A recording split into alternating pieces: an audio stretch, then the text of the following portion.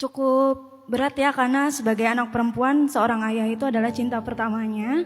Walaupun kita tahu ya, disebutkan bahwa setiap yang bernyawa itu pasti akan mati ataupun kembali kepada Allah gitu. Ada satu surah, yaitu surah An-Nisa ayat 45, di mana waqafa billahi waliya waqafa billahi nasyira. Cukuplah Allah sebagai pelindung dan cukuplah Allah sebagai penolong. Itu adalah salah satu ayat yang jujur itu menenangkan hati ketika lagi down gitu, kalau ingat sama ayah gitu. Tapi balik lagi Ustadz, ikhlas itu nggak segampang yang diucapkan. Jadi boleh nasihatnya Ustadz supaya saya bisa ikhlas, karena 18 tahun itu waktu yang nggak sebentar buat saya. Gimana ya cara biar ridho menerima takdir? Kata para ulama, cara supaya ridho menerima takdir itu yang harus dilatih adalah meyakini Allah maha baik dan maha adil. Walaupun kita nggak ngerti, karena otak dan logika kita itu terbatas. Allah lebih tahu yang terbaik. Salah satunya kayak cerita Nabi Khidir di surat Al-Kahfi. Kan Nabi Musa itu lagi diajarin hikmah kan, rahasia-rahasia. Pertama tentang nelayan yang ngasih tumpangan perahu, setelah nyebrang Nabi Khidir malah melubangi perahunya. Yang kedua anak kecil yang dibunuh sama Nabi Khidir. Yang ketiga rumah di kampung orang miskin yang malah dibangun sama Nabi Khidir. Padahal orang di kampung itu bukan miskin, kampung orang pelit. Malah dibangun sama Nabi Khidir. Padahal kampung itu pelit. Kok malah dibangun rumahnya? Nah, akhirnya Nabi Musa nanya, kenapa begini, kenapa begini, kenapa begini, 3 kali. Singkat cerita, Nabi Khidir cerita. Kata Nabi Khidir, yang pertama, aku sengaja melubangi kapal para nelayan karena di balik gunung itu ada perompak atau ada orang jahat yang ingin merampas kapal-kapal yang lewat. Jadi dilubangin, akhirnya kesannya kayak rugi masuk air, gak jadi melayar hari ini, jadi ngebenerin kapal, besok ngelayarnya seolah-olah itu rugi. Padahal itu cara yang untuk melindungi kapal mereka. Jadi itu namanya hikmah, rahasia-rahasia yang kita gak ngerti. Jadi bersabarlah untuk mengerti. Salah satu kekeliruan Nabi Musa dalam Nabi Khidir itu adalah beliau tidak sabar. Kata siapa? Bukan kata saya, kata Nabi Muhammad di dalam tafsir surat Al-Kahfi. Kata Nabi, seandainya saudaraku Musa bersabar sebentar saja, maka dia akan memahami rahasia-rahasia yang lebih banyak. Tapi kan qadarullah Nabi Musa bukan gak sabar karena gak sabar karena gak ngerti gitu. Gak sabar karena memang aneh gitu. Kurang aneh apa ngelihat anak kecil dibunuh? Masa kita sabar ya? Saya pun atau kita pun pasti gak akan sabar. Kenapa kamu bunuh anak kecil? Ini katanya Nabi, katanya orang mulia, kok malah bunuh anak orang? Kan gitu kan? Wajar Nabi Musa gak sabar. Bukan dosa, cuman ternyata gak tepat di situ.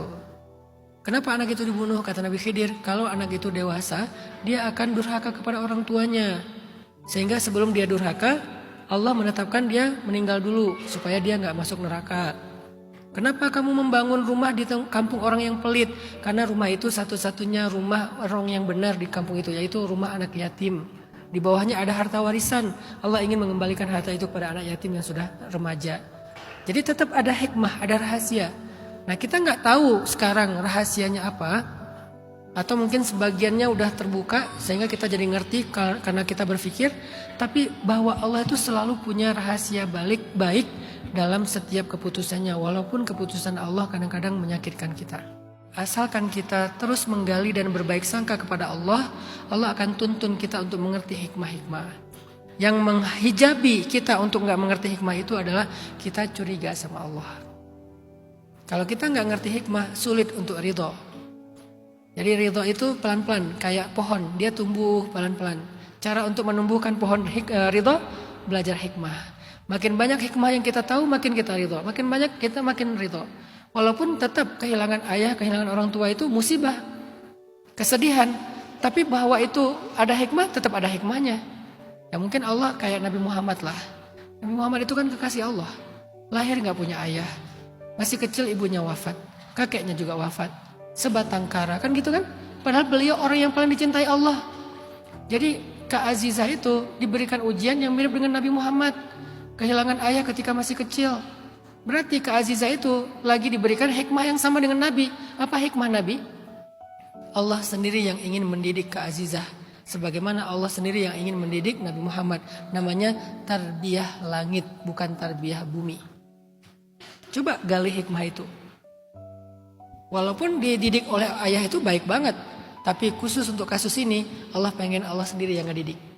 Tidak ayahnya, tidak ibunya, tidak kakeknya. Allah langsung yang didik laki-laki yang istimewa ini. Supaya apa? Supaya hasil pendidikan dengan kurikulum langit layak menjadikan dia seorang nabi terbaik.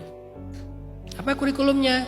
Menggembala, berdagang, menyelesaikan masalah sosial, hilful fudul, perang fijar. Banyak adegan-adegan hidup Nabi, termasuk belajar linguistik, belajar bahasa.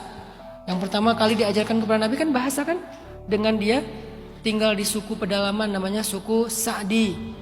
Disusui oleh seorang perempuan namanya Halimah. Sehingga dijuluki Halimatus Sa'diyah. Halimah dari suku Sa'di. Kenapa tinggal di sana? Biar belajar bahasa yang fasih. Fasahatul lisan. Kalau dia tinggalnya bersama orang tuanya di Mekah, gak akan fasih bahasanya. Kenapa? Mekah itu urban. Bahasanya udah banyak slang-slangnya. Kurang elegan. Sedangkan orang-orang Sa'di bahasanya tuh masih elegan. Tinggi. Kalau kita tuh kayak kromo inggil. Bukan yang bahasa slang Jawa yang biasa gitu. Bahasa tinggi, sastra. Oh, ini kurikulum langit. Belajar bahasa, belajar kepemimpinan, belajar menyelesaikan masalah, belajar ini, belajar itu. Siapa yang bikin kurikulum? Bukan Abdullah, tapi Allah. Padahal kalau ada ayahnya pasti baik. Cuman Allah pengen lebih baik dari itu, yaitu Allah sendiri yang mendidik. Itu salah satu hikmah Nabi kenapa yatim. Kalau kita baca buku-buku sejarah, kenapa Nabi itu yang paling disayang Allah malah yatim?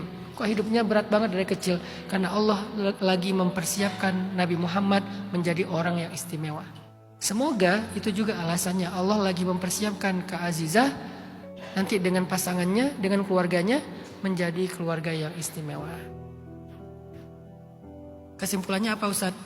Kalau pengen ridho, belajar hikmah. Makin banyak hikmah yang kita mengerti, makin mudah kita ikhlas atau ridho dengan ketentuan Allah.